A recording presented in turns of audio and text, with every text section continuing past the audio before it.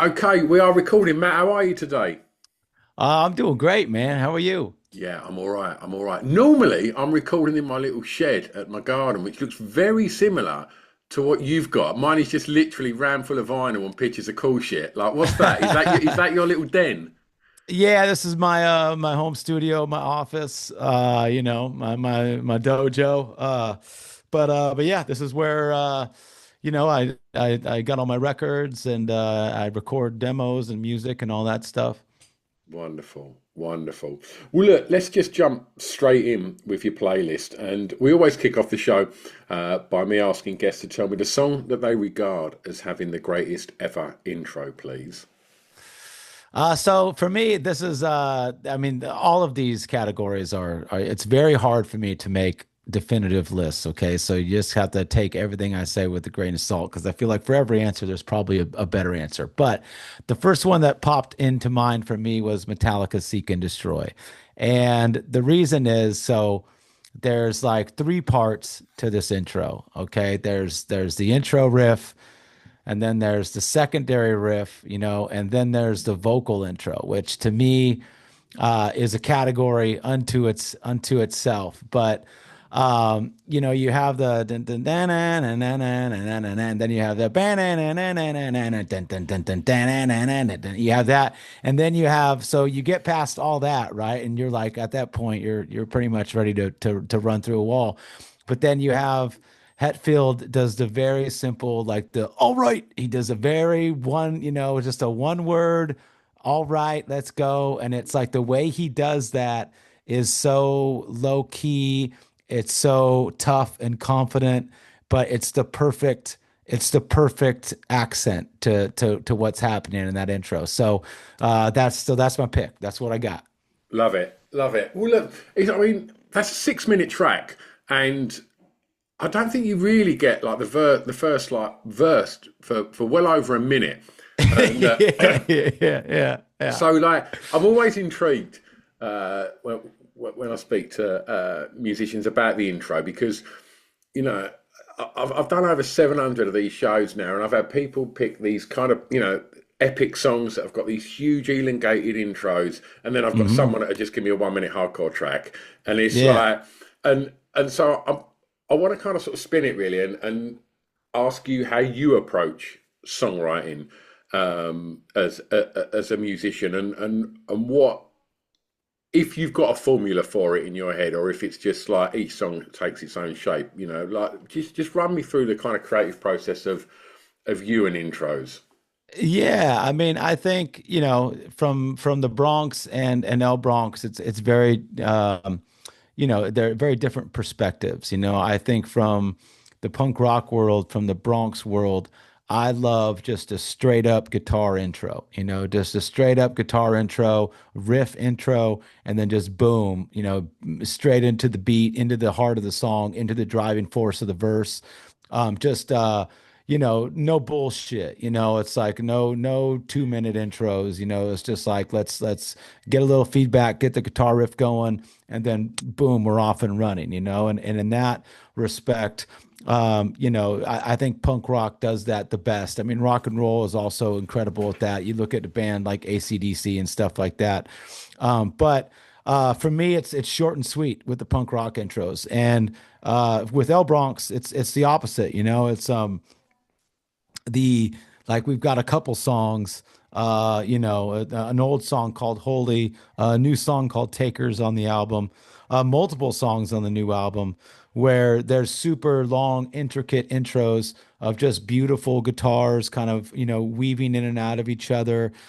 Super musical, super like mood establishing, like just very very like meaningful, deep intros. So I think that depending on the genre, I think there's good ways to do both, super long, intricate intros and short and sweet punk rock intros. We definitely have some short intros on the new El Bronx record too, but I think for the most part with mariachi music, with the instruments especially, there's a tendency to just let them run a little bit because they're Yeah, they're so beautiful. love that, love that. Okay, Matt, tell me the first song that you remember hearing that had an emotional impact on you, please. So I picked Madonna's "Crazy for You" for this track because this is like the first song where I ever felt like any sense of like like a pitter patter in my heart, you know what I mean? As a young boy, it's just like there was something about this song that like unlocked the kind of like, you know, pubescent emotions of just like becoming like a teenager or becoming like whatever it was that you become before you're, fully a teenager and after you're like a kid, when you just start like feeling those emotions of like, you tune into your heart for the first time, Yeah, it's like you start feeling those kind of elevated emotions. And that song was one that did it for me. I remember I can picture that song and I can picture a young version of myself, just hanging out in a treehouse, and just like, and it's always been a special song, I think, for just a lot of reasons. It's just an incredible song, and Madonna is such an incredible artist, and I always feel kind of crazy sometimes talking about Madonna in the modern era because I mean she's so far removed from from anything at this point. She's kind of just like she's like tabloid fodder or something that'll show up on Instagram every now and then, and people a lot of times don't really grasp the scope of how incredible she was in her heyday, and just her music, her identity as far as like what she stood for, how many people she like brought up with her, and standing with like the gay community, the art community, and she was the coolest, like she was the coolest. And I mean, talk about decades of incredible songs, incredible albums, just going against the status quo, and just an incredible artist. And that song for me has just like that. It's just got that like when you that era of just like when they would like discover, I don't know, it's just like it's an era of innocence, I think, for yeah. me with that song. Oh, I couldn't agree. I couldn't agree more. I mean, I'm over 50 now, and I think when Madonna started dropping these huge hits like Holiday and Get Into the Groove and Baba Don't Preach, Open Your Heart, blah blah blah, Oh Crazy for yeah, oh You, yeah, oh Borderline. The yeah. list is endless. You ever want to It's listen to crazy. a greatest hits compilation? Check out Immaculate Collection by Madonna because it is stacked with absolute pop gems, Yeah. and she was the best. And I think as a young lad then, like hearing them songs, it was like, and also seeing Madonna as well. She was everything. She was the ultimate pop star. I was blessed to Yeah. grow up in an era where there's Madonna, there's Michael Jackson, there's Prince, these icons of Yep. pop, like all come at you at the same time. It was ridiculous and very spoiled. But I think people forget that side of Madonna, and I totally echo what you say because now the hits aren't as big as they were, and she's not as vital to the younger generations as she once Yeah. was. But that's just, I guess, the machine of pop stars and how they. Yeah. Yeah. Yeah. For But sure. even as the 80s, died down into the 90s, and stuff like, she's releasing things like Ray of Light, with fucking Oh yeah. outrageous record, man. Ray Light was a banger. Yeah, Yeah. I mean, and I always think about like, like of course there's like you're talking about like the the spectrum of being an artist, the story arc, of just like, you hit the top of the mountain and then there's no place to go but down, and everyone gets older and all that stuff. But I always just think like there's certain artists, that I feel like, like Paul McCartney's still Paul McCartney. He's still, even to this generation, he's still Paul McCartney. But there's certain ones like Madonna's like a weird one for me where I always think like there's got to be moments for her when she's like, like who the like I'm fucking Madonna. Like who the fuck do you think you're talking to? You know what I mean? Like the modern era, not understanding like Yeah. what she is or who she was. Like I don't know. It's just it's funny to me to think about because there's not really a lot of people like that in the world that are on that kind of backside of their lives and careers that are in such a unique place where they're kind of like still idolized but kind of forgotten and but and a lot of them have didn't have the impact that Madonna had. I mean, she had the most insane impact. She was fucking massive, and so I Yeah. always think it's got to be kind of funny to be her, nowadays and like coming across the things that she comes across where people have no idea the scope of her of what she's accomplished and the type of artist she was, and she has to have moments where she just gets so fucking pissed. Yeah, she must. I wonder if she still thinks like, why is there not millions of teenage girls dressing like me anymore? Because like when she came through, every girl was going for that desperately seeking Susan look, Yeah. Oh yeah. Oh yeah. Oh yeah. All right, let's get another track from you, Matt. I'm going to ask you please to tell me the song that reminds you of your time at school, please, Matt.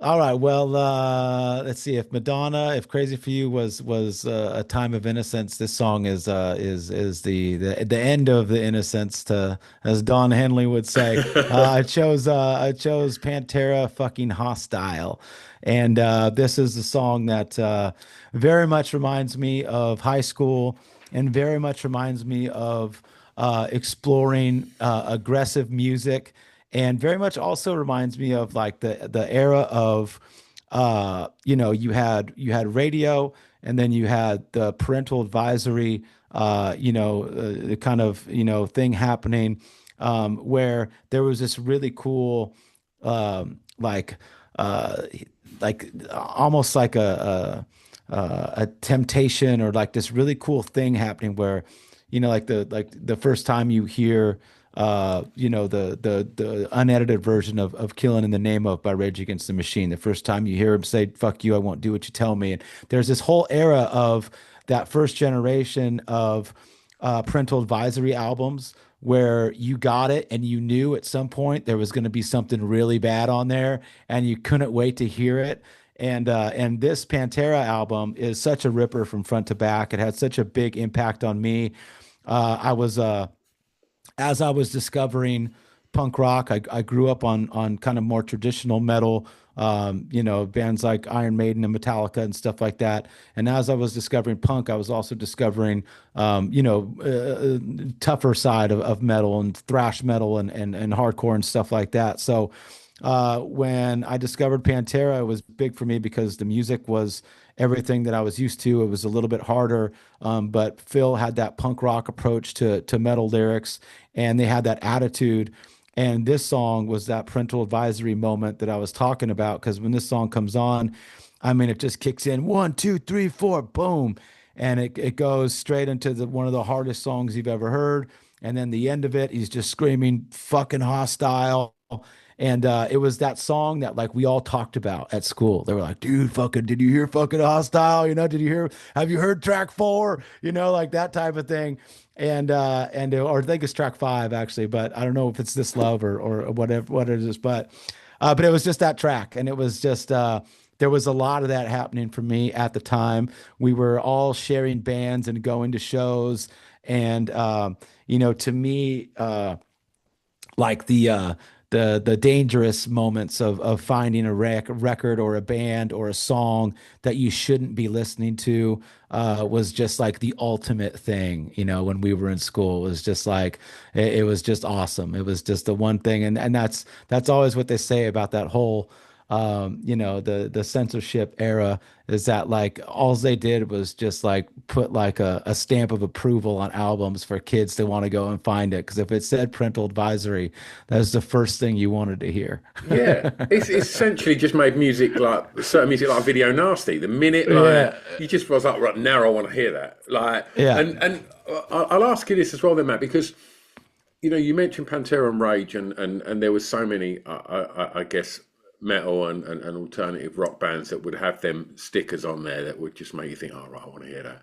But at the same point, if we're sort of talking like, turn of into the 90s and that kind of era, hip hop was getting harder, and hip Oh hop yeah. was Oh was yeah. getting that, and like was that on your radar as well?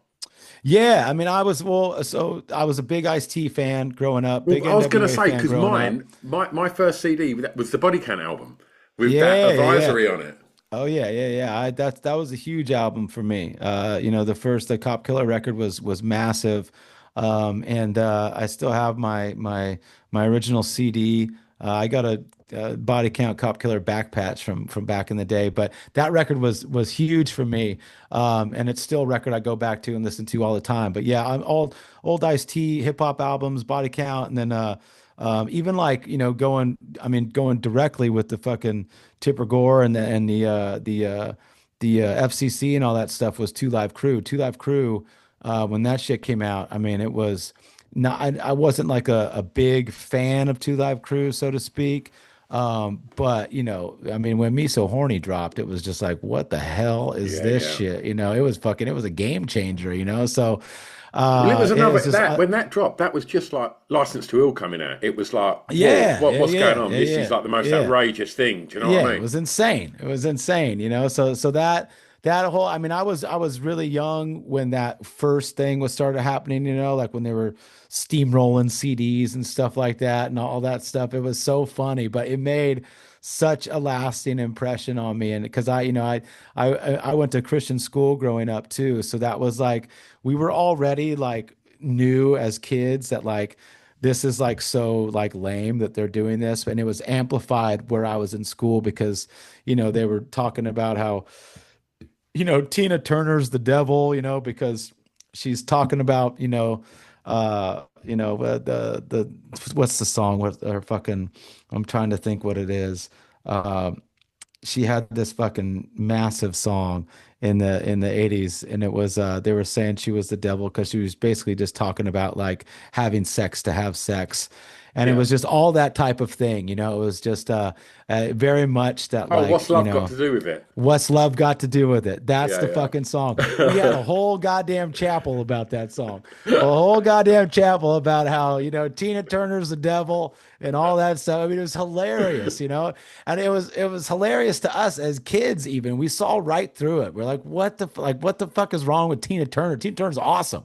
So it was just a really funny time in culture and in music, and I was in like that prime like young kid, like growing into my own brain and thoughts and sarcasms and personality. And I had a group of good friends around me, and we were all the same. We were all just kind of like, fuck this shit. These people are lame for trying to put, all these different labels and boxes on music, and it's like, so it was just a really funny time, really cool time. There was a huge record in the UK like that kind of really fused the hip hop and the kind of whether you call it alternative rock or metal, whatever it was. There's a bit of all of it in my. I don't know how big it was in the States. Was the Judgment Night soundtrack big in America? Oh yeah, it was huge. Yeah, it was Yeah. huge. Yeah, that was a big one. I mean, yeah, it was like was Ice-T, and was it Ice-T and Dinosaur Jr. or Ice-T and Yeah. Pavement or something like that, and then Sonic Youth and De La Onyx Soul, and yeah. Onyx, De La and Soul and yeah, Teenage Fan Club Falling. yeah, that's That's what it was. That great, song man. is great. That song's awesome. Yeah. Yeah, that was my favorite song of the soundtrack. And then I think it was like Biohazard and Onyx, I That's right. think. And Yeah. yeah, We that Are was that Tribe. was huge. Faith No More. Yeah, yeah, Yeah. yeah, yeah. That soundtrack's incredible. That Soundtrack's was a bigger than game the film. changer. Yeah, yeah, yeah, yeah, yeah, yeah. I mean, the film was like okay, Mm. it was okay. But yeah, it was the soundtrack for sure. And that was like a time when I mean, obviously soundtracks are still big, but they're not as big as they used to be. It's like if you could come up, especially if you had like kind of a gritty underground film or an indie film, and you had a bunch of like punk rock bands or like they did with Judgment Night, whoever's idea it was to put mix those genres together and have artists do that.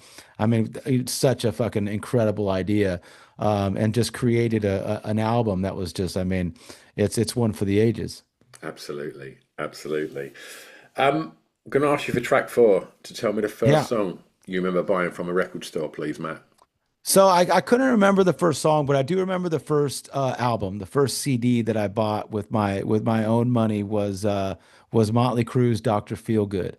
And I was you know, like I've said, a big metalhead growing up and a big MTV kid, big Headbangers Ball kid, and a big Motley Crue guy. You know, I grew up on Theater of Pain and Girls, Girls, Girls and those albums and watching the Wild Side video and the Home Sweet Home video.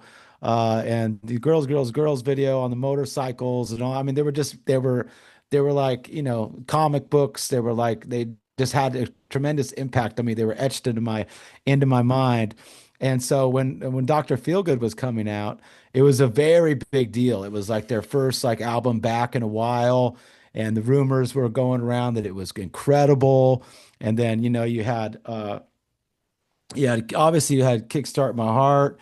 You had Dr. Feelgood was the first video that came out, and it was like that zoom camera into the tent, and then they were all in there playing, and you know, the actual song Dr. Feelgood is a great song. The album itself, as far as you know, Motley Crue, they always did this thing, you know, they were.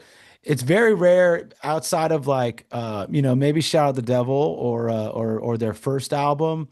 Um, Most of their albums aren't very good, you know. It's like they have like they're kind of famous for having like one or two tracks on an album that are great, especially like I mean when you look at Theater of Pain, it's literally Home Sweet Home and the only other listenable song is Smoking in the Boys Room and it's a cover.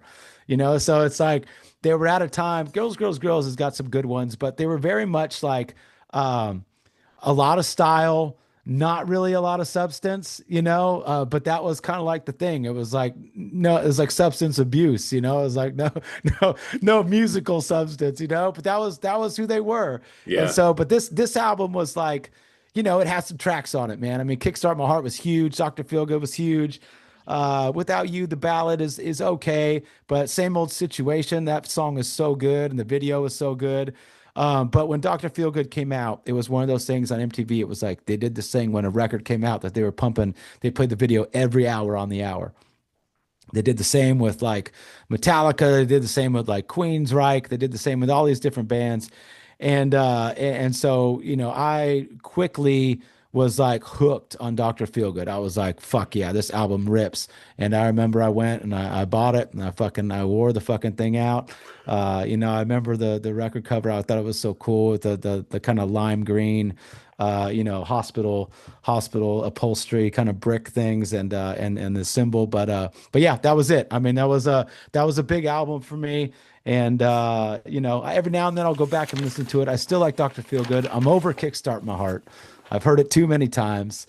And also they ripped off that intro from Montrose, which I didn't realize until way later. But incredible album and a good memory for me. Well, look, before we get on to the next track, I want to just keep it in the formative years a little bit here, Matt. And as you're kind of getting to the end of school and stuff like that, did you know what you wanted to do or what you wanted to be? No, not at all. Not at all. I mean, I didn't like man, I'll say this before. I'd say this, you know, music, thank God for music because and thank God for my friends that w put me in a situation that were, you know, that were just great friends and we were all discovering music and playing music together and then, you know, I knew David and Vincent and different friends that I grew up with who had, you know, knew how to play musical instruments and that turned into to jamming in someone's basement or someone's garage and because I didn't know how to play an instrument, you know, I got past the microphone and it's like and it wasn't a natural thing right away. I mean, I've always felt comfortable on the microphone. I could say that. Singing, maybe not so much, but I've never felt weird like holding onto a microphone and being a person. I've always been a super social guy. So, you know, in that respect, that's like the only thing that like maybe tied me to like, you know, doing what I do for a living. But man, I'm so lucky for music because I was so lost as a young adult, you know, not really as a kid because I had, you know, I was going to school. You know, I was a kid. I was doing kid shit. But when I was becoming a young adult, later years in high school, out of high school, those were like super crucial times for me, just like they're crucial times for any young adult. And, I mean, I was lost, man. I had no drive, no desire. I just wanted to get fucked up and go to shows. And if music hadn't become something for me, I don't know what I would have done, honestly, because at that point I was so burnt out on school. I was so burnt out on school because it was a religious school, and I was so burnt out on religion because, especially at that time, they were super judgmental. It's like not only was Tina Turner going to hell, but everyone was going to hell. Gays were going to hell. Any other religion was going to hell, and it was just that super judgmental, hypocritical era of religion, which, I don't know where it's at now. I don't really pay attention to it, but I was just, I was lost. I was pissed off. I was fucked up, and I just had really nowhere to go. And it was music that really gave me a place to put my thoughts, to put my energy, to put my voice, and it's a miracle, man, because I have so many, friends and guys who just, people that I've known and grown up with, and they just, they work their job and that's it. And they got their thing. And it's like, I realize how fortunate I am, because even though, I'm not a millionaire by any means, I'm talking to you in an apartment that I rent. I got a great wife, I got a great band, I got good family and friends, but it's very basic. My life is very basic, but it has meaning. It has real meaning to it, because I get to do what I believe I was born to do, and because I get to do what I want for a living, and I get to wake up every day and actively participate in something that I want to do. I don't got to go to a job that I hate because I don't have any other option, and that almost was it. If it wasn't for music, I don't know. I don't know if I would be here. I'm not trying to be on some dark shit, but I just don't know. Who knows? So I'm very, very thankful for that. And it all kind of goes back to, for me, just like, once you open that door of like finding something you love, and it can just be listening to music. You'd be surprised how quickly that can turn into this, like, becoming a singer in a band, or starting a record label, or getting a job in the music industry, or managing bands, or like, you just got to chase after things that you are attracted to and love, and like bring you joy. And then once you kick that door open, there's no telling where it can go from there. You could end up, living out your wildest dreams. You could end up traveling the world. You could end up, making albums. You could end up helping other artists, find their dreams. And whether that's, for me, it's music. It could be, anything for anybody else. Yeah, it was for me, music has always really been the only option. Absolutely. Amen to that, mate. Um, okay, let's go clubbing. Tell me the song Yeah. that soundtracked Yeah. your year's Yeah. clubbing. So I know. So I never really went clubbing. Okay. I mean, Matt, listen, right. I've listen, done I'll be honest 700 with you. episodes, Matt. 700 episodes, and I reckon 680 musicians I've interviewed have gone, I didn't really go clubbing, man, Well, but no. I'll say this. I did, I will be truthful. I did have a time in my life where I went to a lot of underground parties. I went to some raves, and I did enjoy a lot of that culture. It was mostly based around drugs. I'll be honest. Um, but this song that I've chosen was around a lot in that era, and that we used to listen to all the time, because this was the song that for a lot of people kind of bridged hip hop and skateboarding and punk rock, and that whole kind of swirl of genres coming together. And the song is 93 Till Infinity by Souls of Mischief. Absolute hip hop classic. Bay Area group. And this song for me is still one that you could put on today, and it just transports you back to the 90s, and it's just a fucking cool, really cool hip hop song. Like I said, very heavy in skateboarding culture.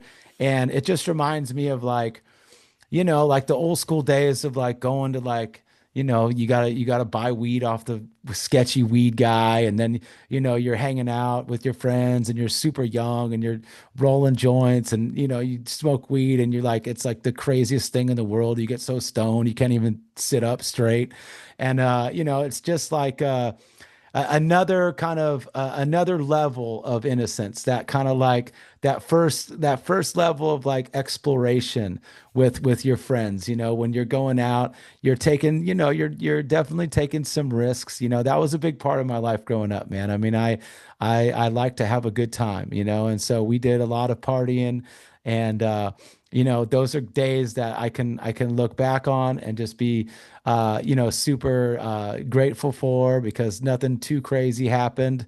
But we were going out, we were listening to punk rock, we were listening to Souls of Mischief. And honestly, around this time too, I was like listening to like a lot of like Sonic Youth and bands like that. And it was just a really cool time. It was like zero responsibilities, like literally, like my buddy Rudy and I, is the guy I went to high school with, we're still like, best friends to this day. There was like at least a year span in our life where, and it probably maybe drifted into like 2 years, but specifically for like a year, where like the only goal was to like find some way to make like $60, so that way you could get to the party in the weekend, and you could get in, and you could get whatever you needed to get feeling however you wanted to feel. And that was like it. That was like the whole meaning of life. It was just like you listen to music, and you find a way to get $60 so you can party on the weekend, and then it starts over, and that was awesome, and it was cool. And I always laugh because I would always see random punk rockers, or people that I went to school with, or people that I knew from different scenes at these parties, and it was always just kind of it was a cool thing, it was like it was like it just felt like there was a lot of like unity to it in a way that might sound strange, but it was just like everyone was just, it might have been about the music, it might have been about the drugs, but everyone was just trying to have a good time, and that was it. It was like very pure. So that's kind of what the Souls of Mischief reminds me of. That's what that song reminds me of. And so even though it's not like a club banger, so to speak, like I never got into it to where I could actually name a DJ song from that. I mean, maybe D-Light, Groove is in the Heart was always a banger. Yeah, yeah. But that Souls of Mischief, I had to pick it. Love it. Love it. Okay, let's take you home. Track six. A favourite song from an artist from your home county, please. Yeah, so where I grew up in Pico Rivera, there's not really a lot of artists from there specifically. There is a lot of like the neighborhood mariachi, type of artists, but no one that's actually gone on to release anything of significance that has meaning to me. But next door to me is the city of Downey, and Downey has a bunch of incredible artists that have come from there. The Carpenters probably being the biggest, and the Blasters, which were a big band for me. Very Americana, like band of the '80s, and are still playing now. They were on Slash Records with X and Los Lobos. And Dave Alvin, so there's the Alvin brothers. They're these two brothers, super chaotic rock and roll brothers. And Dave Alvin put out a solo album called Romeo's Escape. And there's this song on there called Fourth of July. And it's very, it's very Americana, man. It's just like a classic. It just feels like what's the word I'm looking for? A photograph. It feels like a photograph of a time and of an era, in Downey, California, in this apartment complex that he's talking about and singing about. And the video is great. And Bronx actually covered this song because it was just a song that we heard and we fell in love with, and we covered it. We actually ended up doing it in a studio in Germany while we were on tour, and we just had the best time doing it. And It's just a really cool song. It's one of those songs that like it has such a cool style and feel and approach to it musically, lyrically, melodically, that it's just one of those songs that you wish you'd written. And it's like with the Alvin brothers and with Dave especially, there's just that vibe of some people have that vibe where it's just like they just woke up, they lit a cigarette and they just wrote a classic, and it's like this is like that song, it just has that feel. And Downey is where I grew up in Pico is like it's like I said, it's the outskirts of East LA. It's not Boyle Heights, it's not proper East LA, but it's like there's a whole kind of there's a whole set of like it's a whole different world out there where it's like Pico Rivera, Downey, Norwalk, Santa Fe Springs, Whittier, this whole kind of different sort of version of LA that is very specific to the area. And Downey is a really cool, very, very old school town in Los Angeles. And like I said, the Carpenters, one of the all-time greats, Blasters, Lars Ulrich and James Hetfield went to Downey High School. That's where they met. So there's a lot of cool musical history in Downey, and it was close enough. I felt like I could pick it, so I chose Fourth of July by Dave Alvin. Love that. Look, everybody talks about Lars Ulrich being a great drummer, right? No one ever really credits Karen Carpenter as being a fucking badass Oh drummer, man. yeah, yeah, incredible, incredible, yeah, absolutely. And that going back to soundtracks and compilations there's a compilation called "If I Was a Carpenter" that came out in the '90s. That was Sonic like, Youth, superstar. yeah, oh man, like it's so good. It's so good. And just so many great covers on that. I have that got released in like a 7-inch single box that I have. Just really really cool. Lots of great bands on there. Yeah, love that. Love that. Right, it's your last track, and this is your chance, Matt, to turn the listeners of this show onto something that it's basically a song that you think many may not know that you want them to hear. And I've got to be honest, Matt, when I got all your songs sent over, I was like, yeah, that's a fucking tune. That's an absolute tune. That fuck, man, where'd that one come from? So yeah, tell us more, man. All right, so I was trying to avoid going down the easy route with a punk rock song or some 7-inch that no one's heard before, because 9 times out of 10 people have heard it, and there's a lot of those great songs too. But I have like there's a certain side of me that listens to a lot of just like big old school singers, whether it's Sinatra or Tony Bennett or things like that, people like that. Sam Cooke, all these different incredible voices that have had a big impact on me. But this is specifically about the song, okay? Because this song is one that to me is just so great, and it's such a great tune. It's called "After the Lovin'" by Engelbert Humperdinck, and the name itself, Engelbert Humperdinck, is an insane name.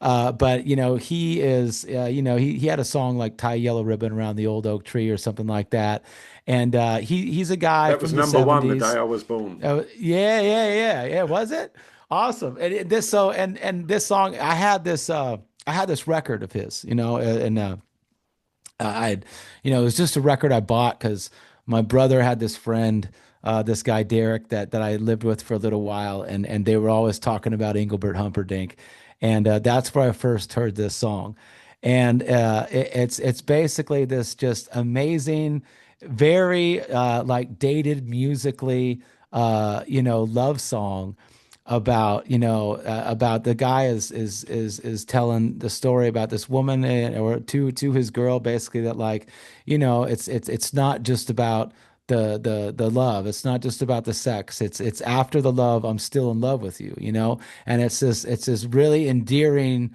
song, sung in this super old school kind of 70s, like it just, you can just, if you close your eyes, you can just picture the era, you could picture the furniture, you could picture the studio, you could picture the style, the clothes. And It's just an all-time track to me. It's an all-time track. It's a song I love to sing when I karaoke, and I think it's just a really like it's like a really kind, beautiful sentiment as well. It's just a song about love. It's of course it's like 70s, so it's about love making as well. Because every song in the 70s was about making love. But this but this song is like it takes that step beyond, and there's that moment of like of caring that comes in, and it's just a really really cool song, man. I love it. Well, we'll make it nice and easy for listeners of the show to go and listen to that and all of the other tracks that we've spoken about today. We put together a little playlist on Spotify, and what I will say is, Matt, when people go and check out Matt from the Bronx's playlist for this podcast, it's a fucking mad thing to look at because they're like, all right, yeah, Metallica, yeah, that makes sense. Yeah, yeah, yeah, cool. Yeah, oh, he's got Motley Crue on there. Yeah, Engelbert Humperdinck. What the fuck? It's like it's going to be a really mad little mixtape. So I'm loving it. I'm loving it. That's what it's about. Turning people onto something new. That's the purpose of Yeah. that question, mate. Well, look, Matt, we've spoken about so many other people's fantastic music. Is it about time that we speak about some fantastic music that's coming out from you and the boys? What's going on? Yeah, yeah, yeah. We got a new record coming out February 13th, new mariachi record, Mariachi El Bronx, super excited about it. It's been about, man, over 10 years since we made an album. And, we've been super busy with the Bronx. We have a punk rock band called the Bronx for those people listening that might not know. And so we kind of have, like a two-headed beast at this point. We go back and forth from one band to the other, and we celebrated 20 years with the Bronx in 2023, and it just felt like a really good milestone and time to just like maybe take a breather a little bit and switch over to El Bronx.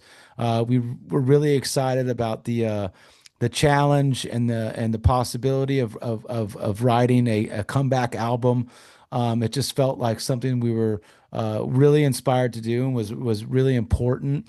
And that's where you want to be as an artist and as a musician. You want to be in a place of inspiration and motivation, right? So we put this album together. We wrote it and recorded it in 2025, and there was a lot going on. Obviously the world has changed a lot.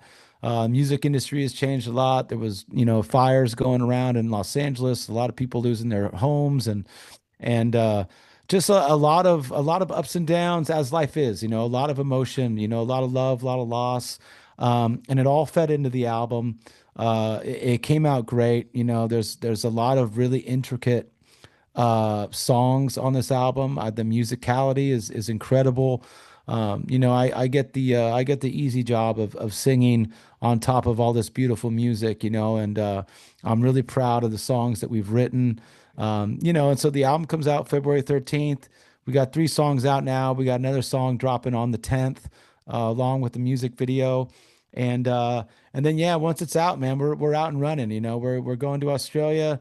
We're working on some stuff in the States, and then hopefully we're going to be over in the UK, maybe even as early as July.